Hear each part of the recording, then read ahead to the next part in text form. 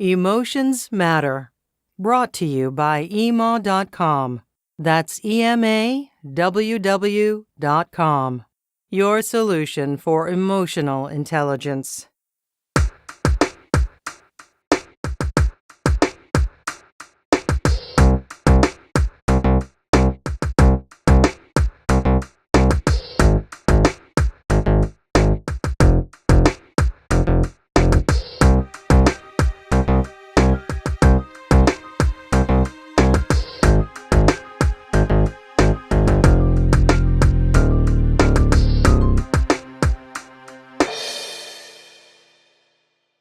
Thank you for joining the Emotions Matter podcast. I'm your host, Monique, and today's guest is Brad Buckendorf. Brad is an advocate for life enrichment and enhancement. Brad searched for methods of happiness and fulfillment from historic philosophies, modern and ancient medicines, fitness and nutrition routines, and meditation practices. This eventually led him to find his own daily improvement routine with the Wim Hof method. He has introduced it to many individuals and groups, and it has shifted his emotions and the way he feels about himself and affected many people close to him. He is passionate about implementing the principles into easy-to-understand and practical tools for anyone to use. The practice is powerful and profound, and he finds it to be a beautiful minimum effective dose routine for happiness, health, and strength. It has supercharged his confidence, motivation, and goal fulfillment, and he likes to share what he has experienced with others. Brad offers group workshops and personal coaching, and will soon be expanding to excursions and trips. And with that, I'd like to welcome my guest, Brad Buckendorf. Good morning, Brad. Good morning, Monique. Nice to speak with you today. Oh, and you as well. Now, where do you live again? I am in the beautiful city of Portland, Oregon, and it's nice and sunny today, so everyone's out and feeling good and happy. Well, then that's a perfect day for an interview then. Absolutely. Okay, well, I'm going to go ahead and get started with my questions here. The first question that we have for you today is, in your introduction, you say that you're an advocate for life enrichment and enhancement. What exactly does that term mean? That's a very good question. I came to a point 5 years ago where I realized I was spending a lot of time making a living and chasing money, but it wasn't fulfilling. Nicer houses, fancy trips, expensive meals, it kind of just left me feeling more empty than I was before. So I started searching for fulfillment in my life instead of achievement. And I think life enrichment and enhancement is a fancy way for saying fulfillment, really. And I had to set up my life in a very different way to start pursuing fulfillment. I started thinking about what would my ideal day look like? And then I tried to figure out ways to pursue goals that would allow me to have as many of those days as possible. I took long walks in nature, listened to hours and hours of podcasts, which I love. I really love podcasts because they allow you to do other things at the same time, like walking or working in the yard, while being educated and entertained at the same time. I agree. Yeah, it's just the best way of spending time while you want to do other things. I heard a wonderful quote the other day from Denzel Washington, and he defined his life sort of in a similar way that you just defined it. He said he realized he had to make a difference between making a living and having a life. And so that's a wonderful way to put it. Yeah, so it sounds like that was something that you were going through and trying to find something more meaningful in your everyday rather than just go to work, go spend your money, go home, go to bed type of thing. Is that right? Right. I mean, I think there's more to life than just paying bills, and it's just easy to get caught up into that cycle of gotta make money to pay the bills, go to bed, and get up the next day, and it's just I found it very empty, and I wanted to find something more helpful to what I wanted to pursue in life. How do you balance that mindset with the sort of practical idea that one has bills that they have to pay? Yeah, that's a great question. I think it's all about what your priorities are, because you can always buy that next thing that is going to be a payment, or you can decide to prioritize on doing other things that are less expensive and don't take as much time out of your day to pay for. Oh, good point. Also, there's a practice of eliminating things that we don't need, possessions that we don't use. And I also like to just kind of go through my house and figure out, like, am I really using this? Is this adding to my life, or is this just something that's become more of a burden for me? I like to keep my bedroom as clutter-free as possible, just because it just makes me feel better and helps me fall asleep better. Does it help you with meditation practices as well? Yeah, I love meditating. I really like to use the app Headspace.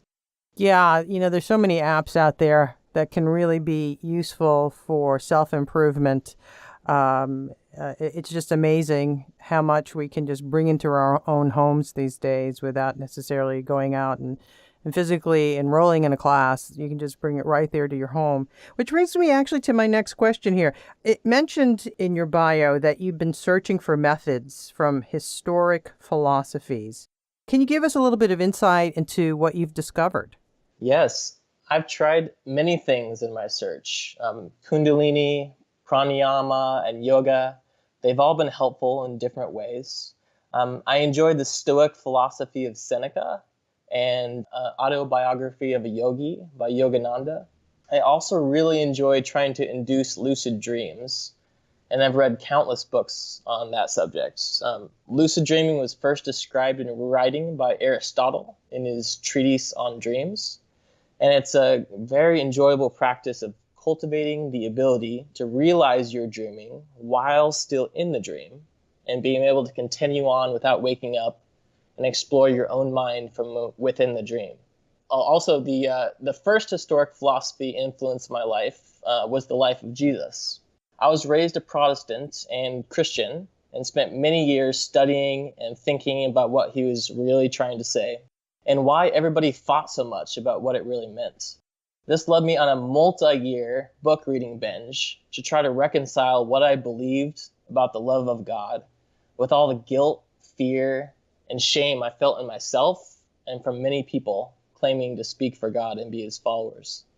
There's so much hate and fear when it comes to the opposing religions of the world, and it deeply saddened me that I couldn't understand why God would create this planet and its inhabitants, and then seemingly hide from view and try to convince people to believe in him and eternally punish those who didn't choose to follow his rules. That just didn't seem like love to me. It just didn't make sense from what I felt inside myself. And then I ran into this wonderful book by Thomas Talbot, a professor emeritus of philosophy at Willamette University here in Oregon, called The Inescapable Love of God. It resonated with me and put into words what I felt about God's love for all of humanity, not just a special chosen few and from whatever particular religion you happen to be born into. I mean, that book really changed me. It cracked open my heart, helped me feel universal love for all humans. We're all born into different situations, with different influences and experiences. We're all special and uniquely valuable to ourselves and each other. I've given that book away dozens of times, and I recommend it to anyone who's searching for meaning and fulfillment in the philosophy of Christianity. And since then, I've had the honor and privilege to move to Portland, Oregon, where I've gained a much broader view of the spiritual path. It's a mecca for healing and spirituality of many types. Over time, I've built a network of allies here that give me advice and help me deal with my emotions, health, spirituality, and other life issues. Those include a naturopath, Chinese medicine acupuncturist, mindfulness-based somatic counselor, a chiropractor, and an empathic shaman. I think it's important to mention that we all need help from each other, and the Wim Hof method is not a cure-all panacea. I encourage your listeners to find their own allies and healthcare practitioners that think outside of the box and can support them in their own life's journey. Well, tell us then about the Wim Hof method. What makes this particular method so vital to you? Yeah, sure, I would love to. I discovered the Wim Hof method in summer of 2015 listening to the Tim Ferriss podcast. And the philosophy behind it is it's a practical way to give the body some extra energy to deal with fighting disease, easing depression and anxiety, and reinvigorating innate human potential, which is really fun. It's quite useful in athletic endeavors, as well as coping with tough emotions. It helps by changing back the chemistry in our body to let the good feeling hormones like serotonin and dopamine flow more freely like it used to when we were kids. In modern society, we surround ourselves with comfort and separate ourselves from nature. And this causes many of the natural processes in the body to stop working properly. Wim Hof is living his life as an example of how to rewild ourselves. He uses breathing exercises, gradual cold exposure, and mindset training to re-enliven the body's natural processes, which have been lost to our modern way of living. This, combined with getting outside more often and back into nature, helps us to put aside the modern thinking analytical mind and reconnect with that more ancient primal part of the brain that's responsible for all kinds of things that make us feel better and more fully human. You said he's a living example. Where did he get all of his components to come up with this particular method? So Wim had a tragedy early in his life. He was married to a woman who was bipolar and was struggling with depression, and they had I think 4 kids together at the time. His wife committed suicide, and he was devastated and didn't know what to do with all these deep feelings he had inside himself and the sadness and the pain of it. And he said that he felt the cold calling to him, and he didn't really know why or what the cause of it was, but he went into an icy lake next to his house and just plunged himself deep inside of it to try to get away from the pain and to reconnect with his own nature. When he went into that icy lake for the first time, he said he felt a peace and a way to release some of that pain. And ever since then has been teaching this method. And the breathing technique in particular, he says, came from when he first went into that icy lake. And when you jump into an icy lake and you have that gasp reflex where you yes. breathe in really deeply, yeah. So he had that happen to him, and then he just kind of relaxed the breath, and then the body is in that fight or flight response. So it's giving you the signal of how to breathe to deal with that cold impact upon the body. And so that's where he got the breathing technique, was directly from the cold. I could see that, yes. Because when you described him going into the icy lake, for me, that would definitely shock me into reality, wake me up, so to speak. But I would also think of that as almost a painful experience, whenever your body meets with very frigid temperatures. But the idea that he was aware that when he breathed, that opened up his innate and natural instincts of survival and helped him calm in that situation, that's quite amazing.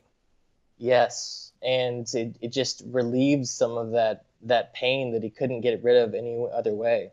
Yeah, it's like he had to almost physicalize the pain to remove it psychologically or emotionally, because I, for one, do believe that we can trap our emotions in our muscles. There's the saying that muscle has memory, and memory is always attached emotionally. And so I believe we have a lot of holding patterns in not just the way we work every day or conduct our lives, but also how we respond to emotions and our sense of self-confidence and awareness. And so I could certainly see how something physical, like let's say just a massage, good deep tissue massage, can often send people into a whole different way of thinking because they've released all that tension that they've been carrying. And so I can really imagine him going into that icy water and almost being baptized, right? And Hmm. being reborn in that instant, when he realized that he's a human and he is in the here and the now, and that he has to embrace that if he's going to move forward in his life. Yeah, it's a beautiful image. So that brings me then to my next question here, Brad. So you mentioned a few emotions here in your description. So how then would you say the Wim Hof method actually helps with dealing with some of the ideas you presented earlier about hate or fear or the sadness? Can you elaborate a little bit more on how that helps us learn how to deal with these types of emotions? Yes, I also agree about what you're saying about the those emotions getting stuck in the body. Dealing with hate, fear, and sadness and other strong emotions, I think, is tricky. Although I think feeling those emotions in some form is helpful to our growth as humans, I think those strong emotions can really get stuck, like you were saying, and we have a hard time detaching from them. I don't think we ever get rid of those challenging emotions. But what we can do, also something that I've learned from that Headspace meditation app, is we can change how we relate to them and let them pass by quicker. If we can recognize and gently label those emotions that arise in the mind, then we can start to take them less personally, something that I had to eventually understand. And we're able to let them just float on by instead of letting them have control over us, where they get stuck in the body and in the nervous system. And this allows us to spend more time with more enjoyable emotions. I think hate, fear, and sadness are quite closely related. I lost my 30-year-old brother last year to a tragic accident, and I've had to deal with a lot of deep sadness in my own life recently. And the Wim Hof method, the Headspace meditation app, and all my network of mental and physical health coaches have been instrumental to helping me feel better, to label and release those deep emotions and find a way to move on with my life. In particular, the Wim Hof method helped me with this because it just feels so good. I mean, it's a tool that utilizes the body's natural fight or flight response, like when you jump into that ice, to reinvigorate and release pleasurable and restful hormones. It gives you the chance to move on quicker from a funk or tragedy. The breathing technique, the cold showers, and the physical exercises give me just this profound boost of happiness and peace. It helps me move on from whatever negative emotion I'm currently stuck in. Wow. First of all, let me just say I am so sorry about the loss of your brother. That is very terrible for you, for anyone, to lose someone that's close to them. That really is. But I also want to say how wonderful that you were in a position in your life to have these resources available to you to help you through that. If you can you share a little bit of maybe an example or a moment in your own life where you where you let go of something, if it's related to your brother's death or something else, um, what specifically you did, or what specifically were you going through that helped, help that pass a little bit more quickly, perhaps, and bring in some other feelings that are more positive and uplifting. Can you describe an experience with that in a little bit more detail? Sure. Well, one of the things I was feeling after that happened was I would just wake up in the morning just feeling so down and just I can't believe it happened, and I can't believe I'm never going to talk to him again, and I just really I would just wake up every morning and have a hard time getting out of bed. The Wim Hof method really was a perfect time for it to come into my life because what they teach you in the class is that it's use it as part of your morning routine. So it was perfect for me to do in the mornings because I was just feeling so crappy in the mornings, and it was really nice to have something to focus on that helped me to work through that. And I would do the breathing followed by the cold shower, and then followed by some physical exercises. And as I would do that on that daily basis in the morning, I just slowly but surely, I would start to wake up feeling a little bit better each day. And it really helped me move through those terrible morning feelings. So, would you say that the mornings, would you say that we tend to feel these heavier emotions? I mean, in your instance, obviously you had something very concrete that you were having to deal with. But I'm talking also about people who might just suffer from, let's say, depression. Um, would you say that there are certain points in the day where these feelings are stronger? I think it's different for everyone. For me, it was the mornings. My dad would tell you for him, it was at night when as he's falling asleep. Um, it's just, I think the great thing about this is that you can use it whenever you're starting to feel an emotion you would rather move on from, or you just need a little pick me up, just need a little extra invigoration. It's like when you're a kid and you jump in an icy lake and you just have that rush. You're not even thinking about what was happening before. And so I think it's really useful for people dealing with depression and anxiety and that are dealing with some challenging emotions. You mentioned your father. Did you share some of these techniques with your father as well to help him relieve some of his pain and grief?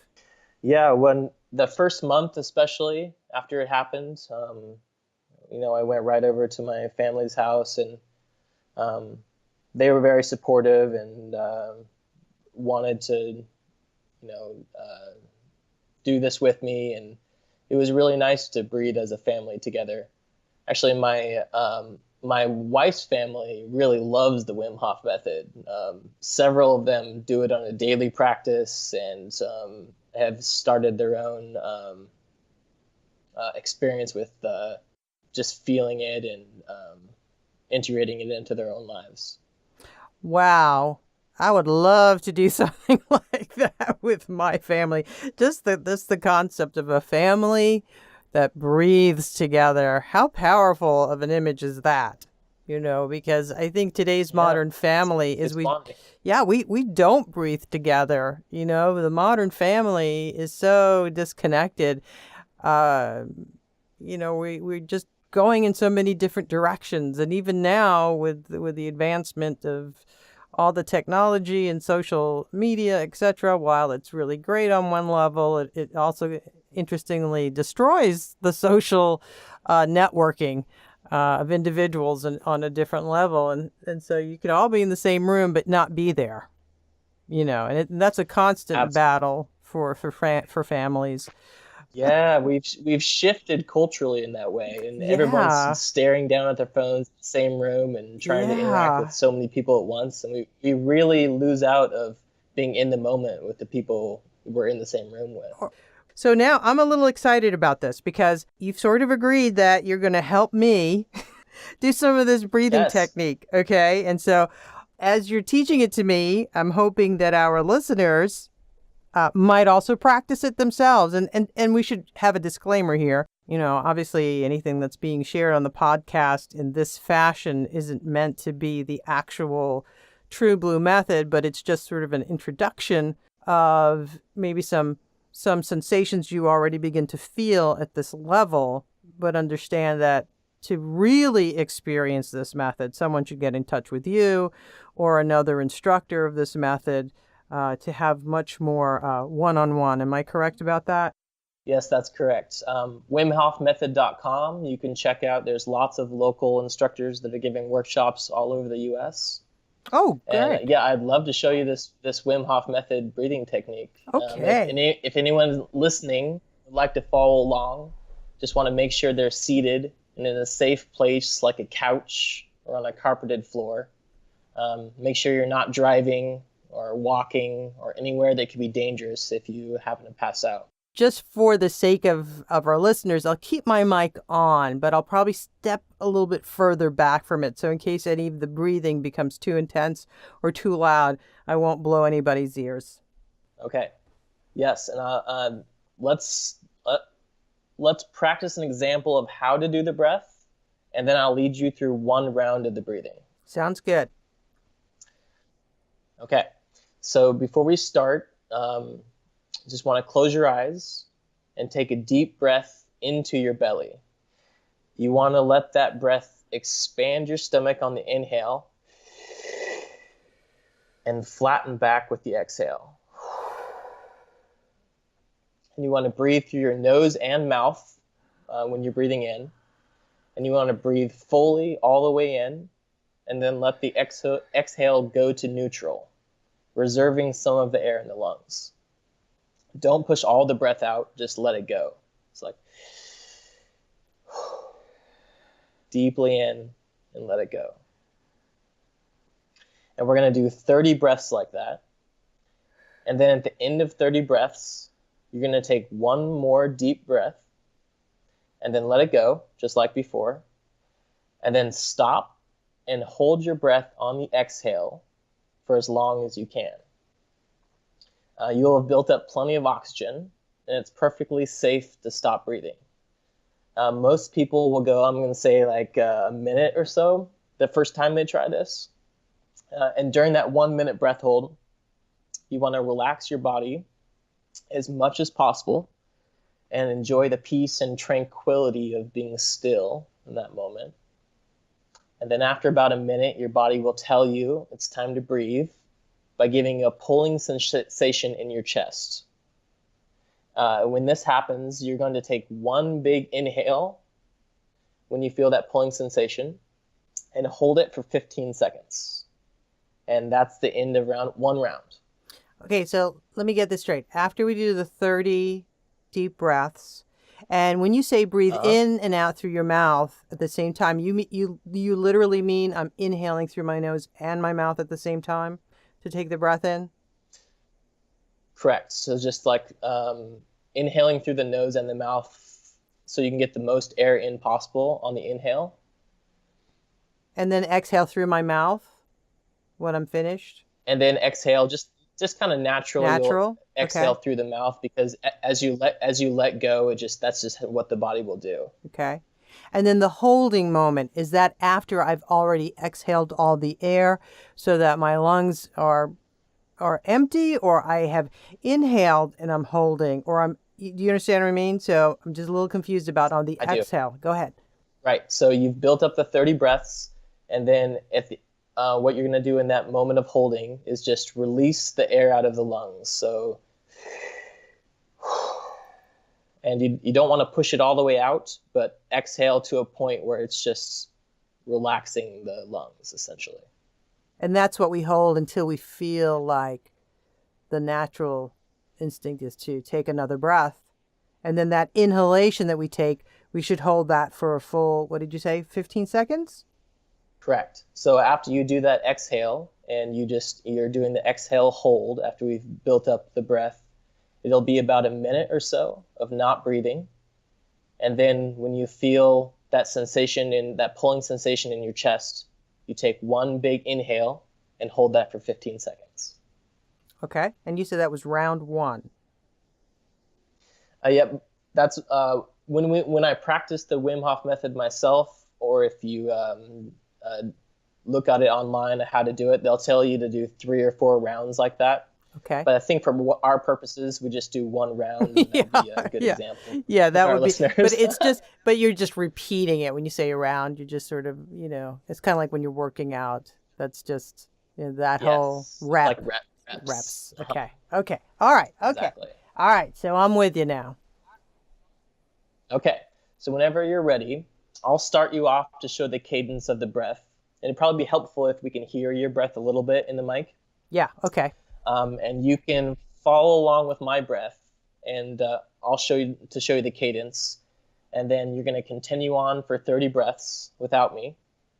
And I'll count them, and I'll tell you when it's time to exhale and start your breath hold. Okay. and try to hold your breath for as long as you can. But remember, no force is necessary. So just like whenever you feel that sensation, go ahead and take your big inhale. Okay. Okay. Okay, so whenever you're ready, I'm ready. you can follow along with this first few breaths with me. Okay. Okay. So fully in and let it go.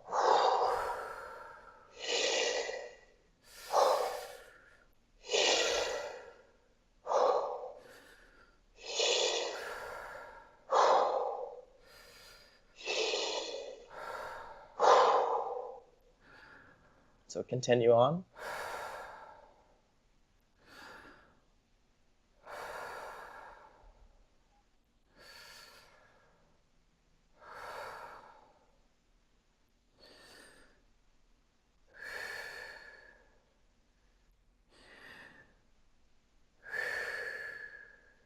CO2 is going down, making you feel light and tingly. Keep breathing. Let yourself go into that sensation.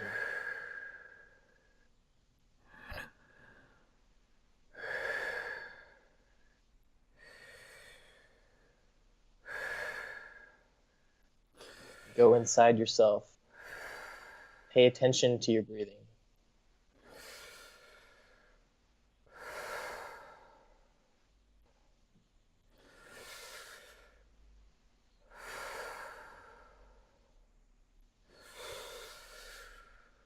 Relax any tension in your body as you continue to breathe. Let your body tell you what you're feeling.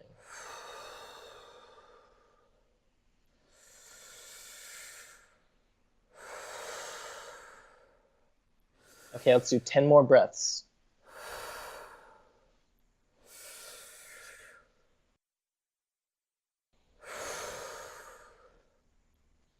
Okay, 3 more. Make it your best. Fully in, letting go. And the last one, fully in, let it go, and stop and hold your breath. And witness what you can do. How you consume the extra oxygen you generated. You're touching the parasympathetic nerve, the vagus nerve, bringer of rest.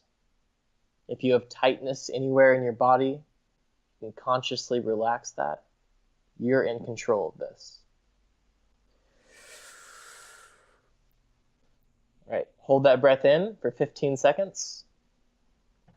When you inhale like this, you might see lights. It's theorized to be electrical activity in the brain. We're getting more in touch with those beautiful glands in the head. Okay, so you can release the breath. Just take a moment to relax. Observe your body and mind.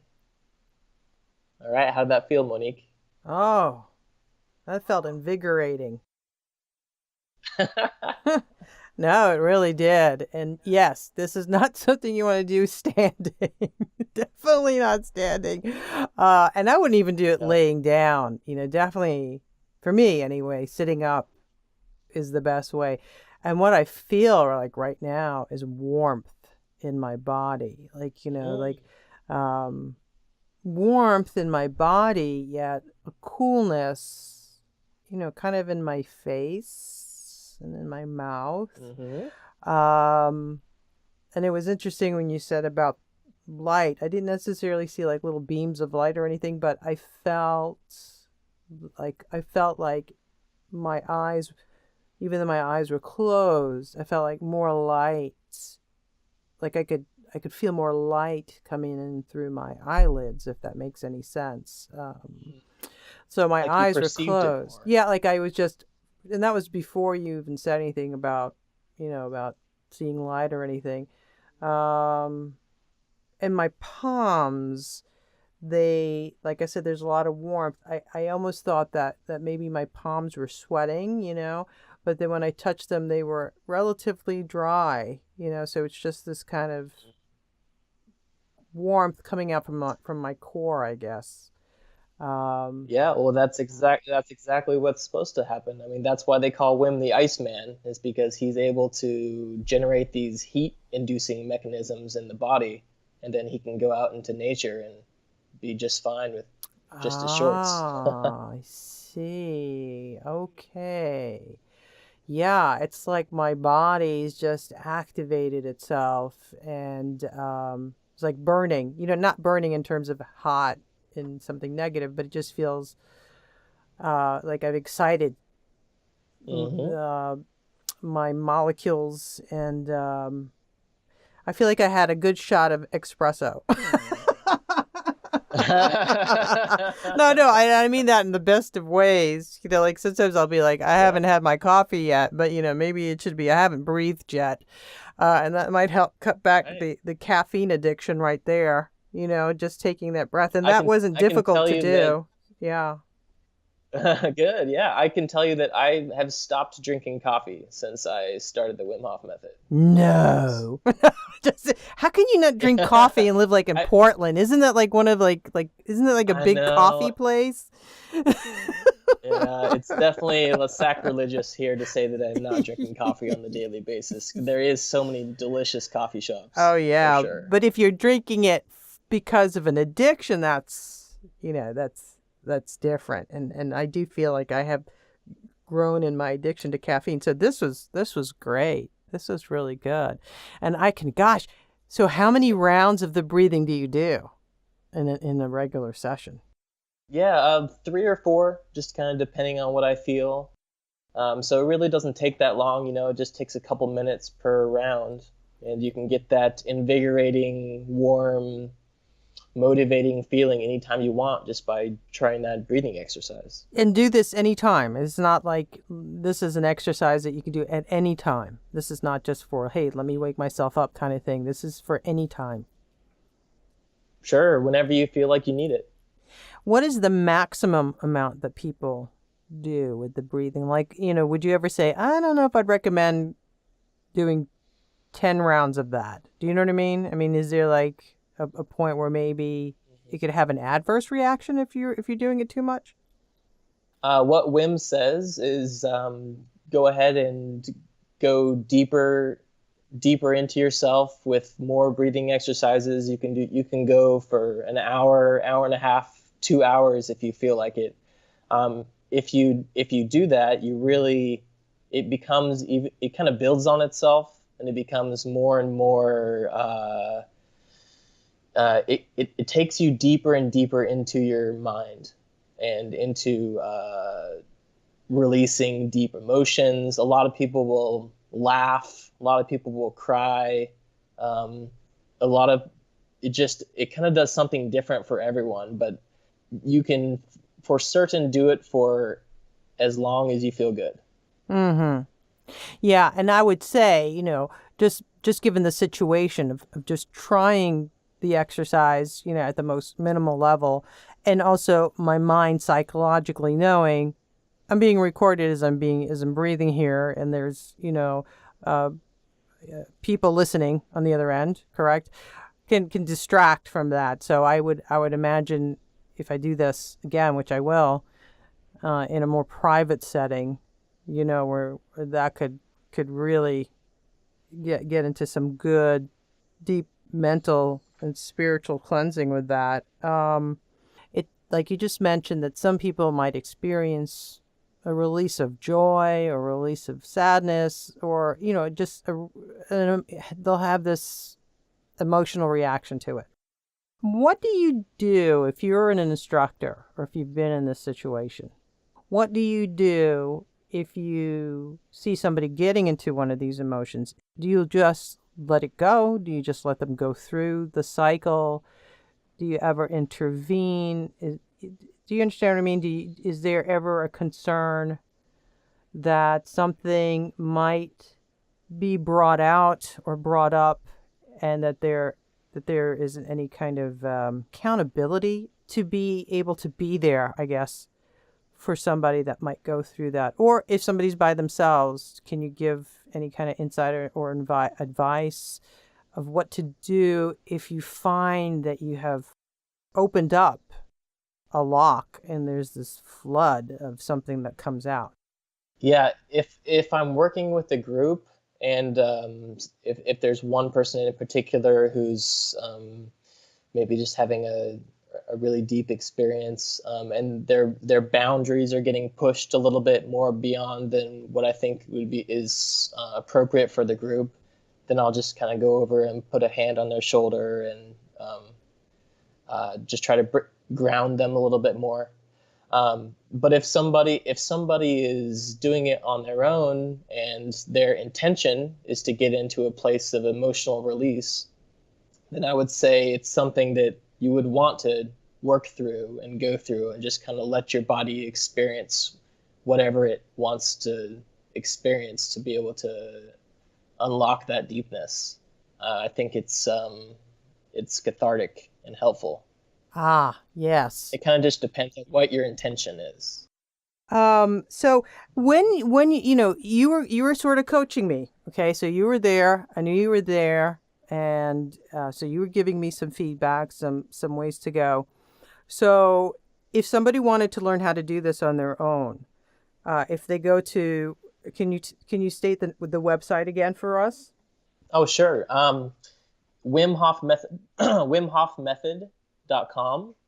And is there instructional things on there, like instructional videos, or like you were mentioning an app earlier that helps you with meditation? Is there an app that helps you with the Wim Hof method so that you get that person to kind of remind you of why you're doing this? You know, like you were saying, go into your mind, if you have tension, just that vocal guide. There is a Wim Hof Method app. I think if you search for that or on Android or iPhone, you'll find that pretty easily. Just type in Wim Hof Method. I think it's just like a few dollars. I have that. And I also, when I first started doing the Wim Hof Method, I downloaded their 10-week program. And what that is it's an online course that gives you a weekly video. And in each video, it has Wim guiding you through the breathing, guiding you through the cold, and guiding you through the physical exercises.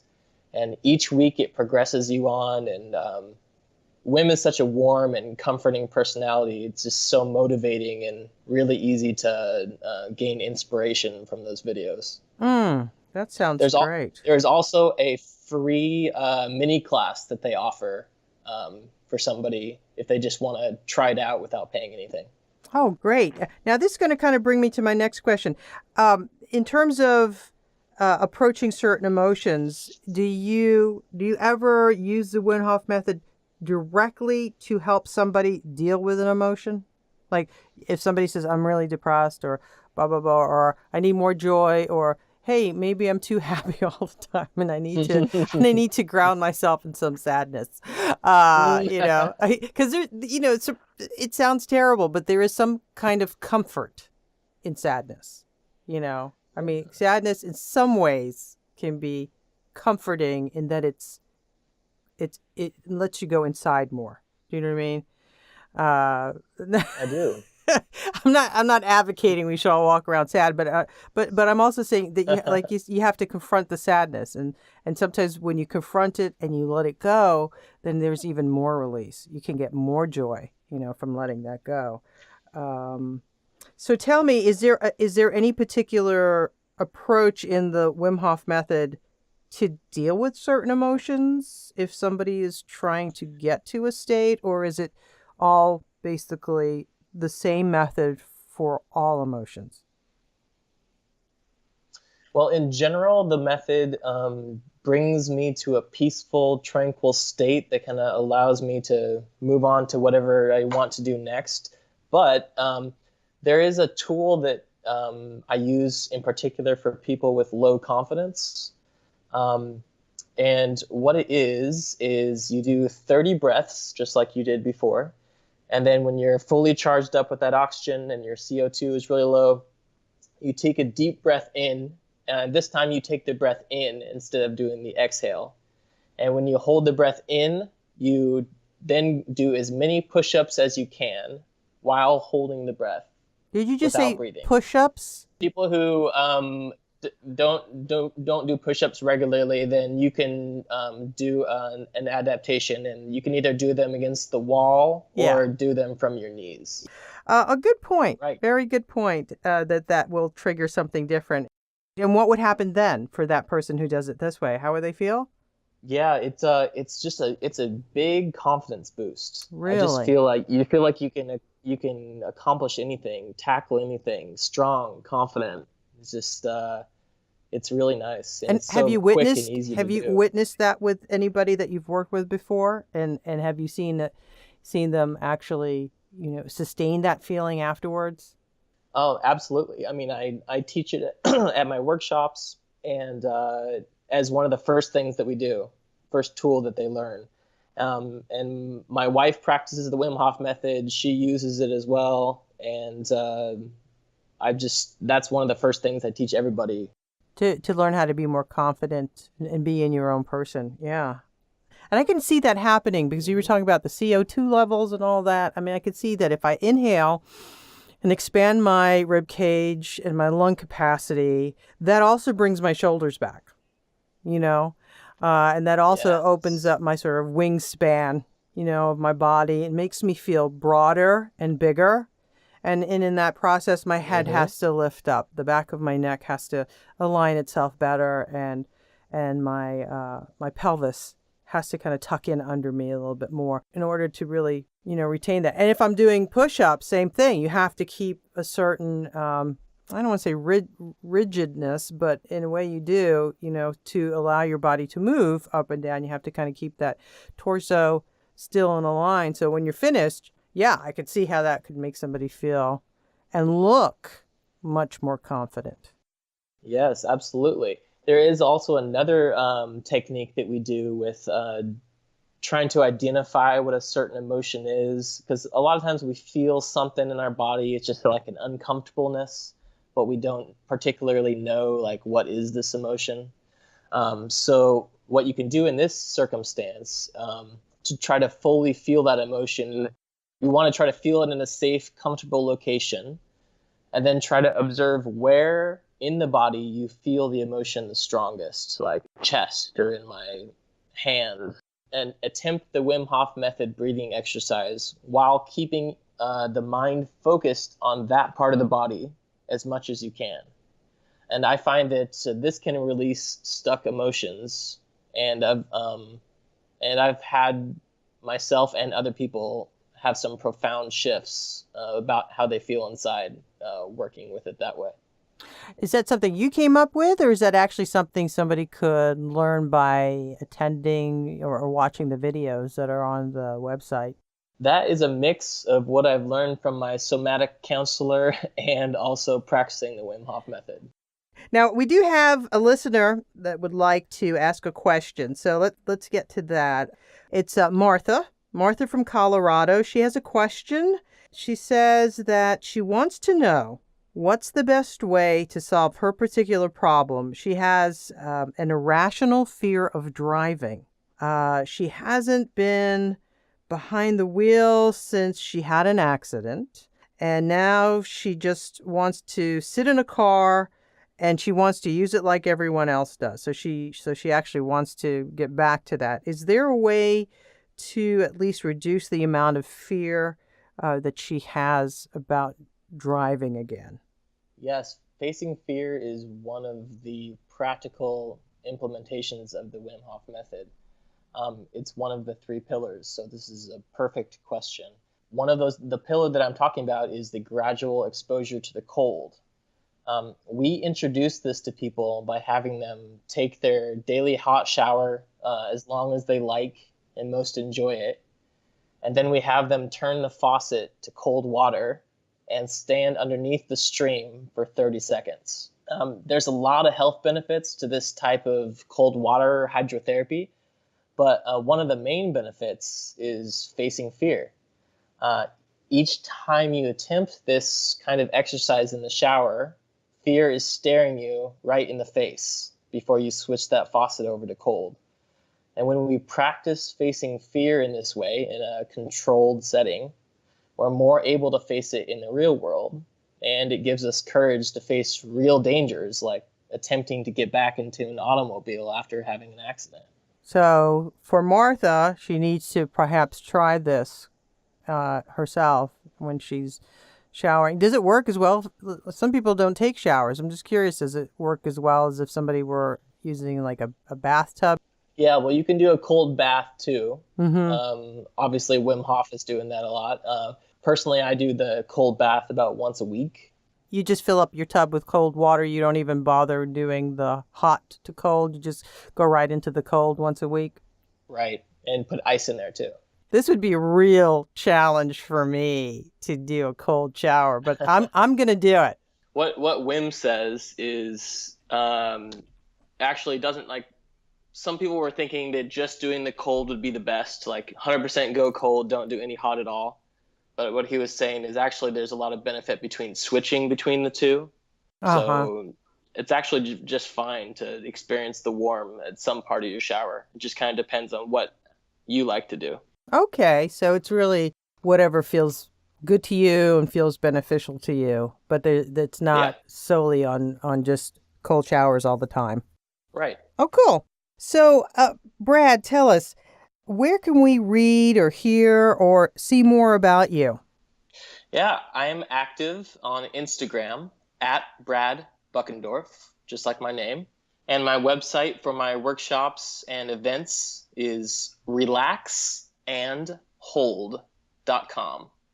I teach a workshop every few months, and I'm developing a 3-day weekend Wim Hof method training retreat for small groups of 2 to 4 participants, where at the end of 3 days of coaching and training together, the group will be prepared to hike up an icy mountain in only our shorts. Okay, you have to explain a little bit about the hiking up the cold mountain only in your shorts. Can you just explain that a little bit? And where is this going to be located? Because obviously it's at a specific area, right?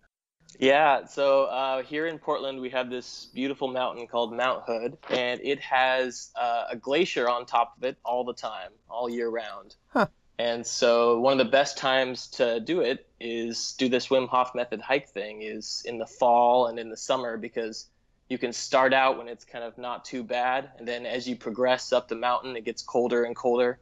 And I teach the participants everything that they need to know to let the body heat itself and focus in the right way to generate that heat. And then when we get to the top, it's freezing cold, but we're feeling great.